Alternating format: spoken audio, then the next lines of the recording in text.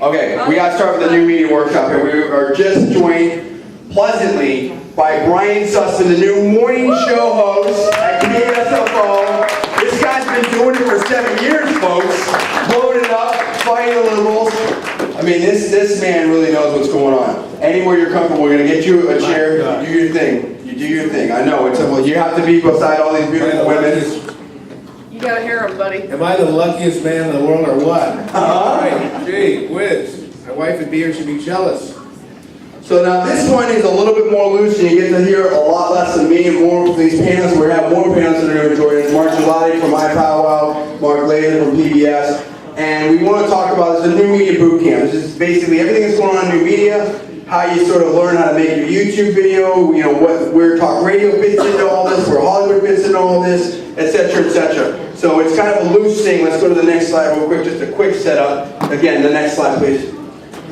So we've got our guests. You've heard, obviously, who we have here. We're waiting on PBS, Mark Latham, PBS Media, iPowwow. How you get involved, let's go to the next one, Conservative New Media. You guys have heard about that. So what is the new media, right? It's web, it's social networking, it's mobile, it's online video, it's Twitter, it's video games. I mean, actually, I used to host GameSpot TV, and I've been in video games for all my life. They actually made the character Brucey in GTA 4 after me, true story. Let's go to the next one. In my opinion, this is my opinion, the hierarchy of new media is video games, which are very powerful, but not easily applicable to politics. If you don't understand about the video game market, it's, depending on who you want to believe, if you add in hardware or take out hardware, it's between $47 to $70 billion worldwide, and growing 10 to 20% per year. I mean, video games now destroy movies in terms of the firepower. But it's not like I can make a video game and then tomorrow launch it, or go on KSFO, and then it's going to attack my candidate, my opponent, or something like that. So it's a little bit of a different thing. Social networking, website, blogs, and Twitter. People, Twitter's got all the hype, this and that, whatever. And Twitter's cool for what it does, but it's so limited in functionality. I don't know that it survives down the road, but that's a whole different discussion. Let's go to the next slide, please. So new media is taking over. Mark Laser's going to speak to that. But let's talk right now, and this is basically, we're just going to open it up and hear from these folks.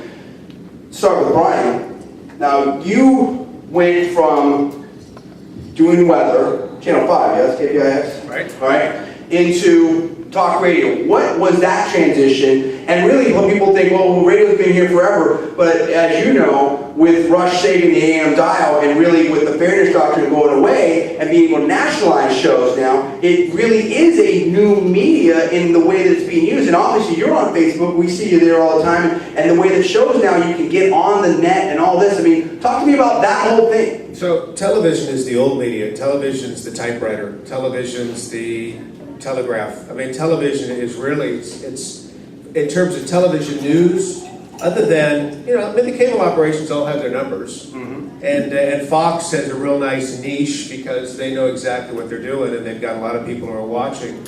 But in terms of the old television newscast, it's hilarious because when I watch Channel 5, where I worked for 20 years, they're doing the exact same format that they were doing 20 years ago. Oh, yeah. In fact, it's the same stuff they were doing 40 years ago. I can watch a television newscast, and without just having known the content of the news of the day, I can pretty much tell you exactly what the show is going to look like. I could probably write the show.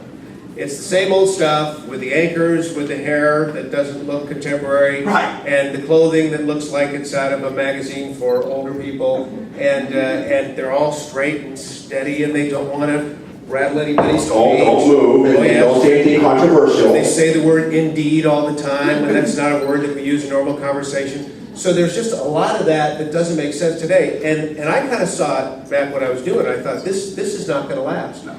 And I also kind of saw down the line, just based on just a little slice of my brain that understands business, the television marketplace would be unsustainable because they're going to be continually losing viewers, continually losing market share, continually losing revenue. They're going to be pay cuts, staff layoffs, etc. So I knew at some time I'm going to be a guy in my 50s who's fighting to keep my pay from being cut too much. Absolutely. And then what am I going to do when they finally say, we really don't need you anymore because people don't watch the news to see the meteorologist. So, right, you're just going to watch. Yeah.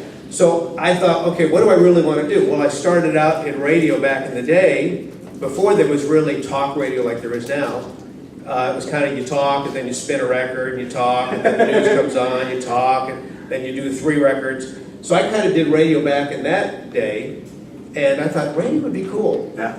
But I was really intrigued because of conservative talk radio. I really like the idea that these guys get on the air and they use the First Amendment the way it was intended to be used. Amen. So that kind of got me fired up, and I listened to Rush, and I thought, man, this is easy. Well, because he makes it sound Right, exactly. Like Jordan with basketball.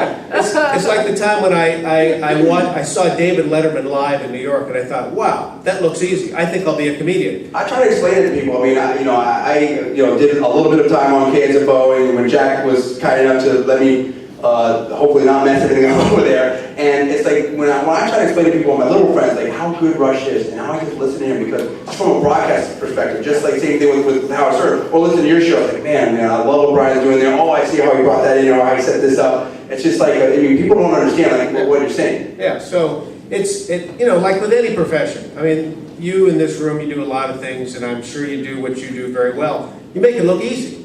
But people don't understand, you've been trained for what you do, you've worked hard to learn the craft, and you're very serious about what you do. But because you're gifted in that, you just make it look easy. And so guys like Rush and others, they just make it stinking look easy. Well, I learned it's a pretty tough racket, and you really got to have your game on.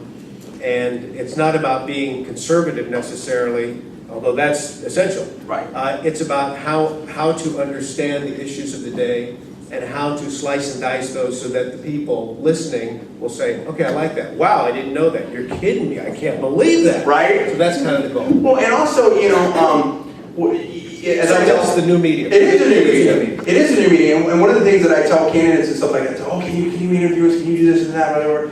And, because we have sort of we're kind of like, with conservative new media, we're kind of like trying to be the Rush Limbaugh of the net, plus David Axelrod and Karl Rove. So we'll advise campaigns. We will, do ads for them. We'll do different things. We'll do all that new media stuff for them, and we also are building our own audience. And I'll say, well, you have to understand that I'm in the broadcasting business, the getting audience business, not the getting votes business, which is a different thing. And as you know, the best thing you can do is split the audience up 50-50 on certain things and whatnot. And I think that you probably experienced what I experienced, which is like when you're on TV and you have a TV show.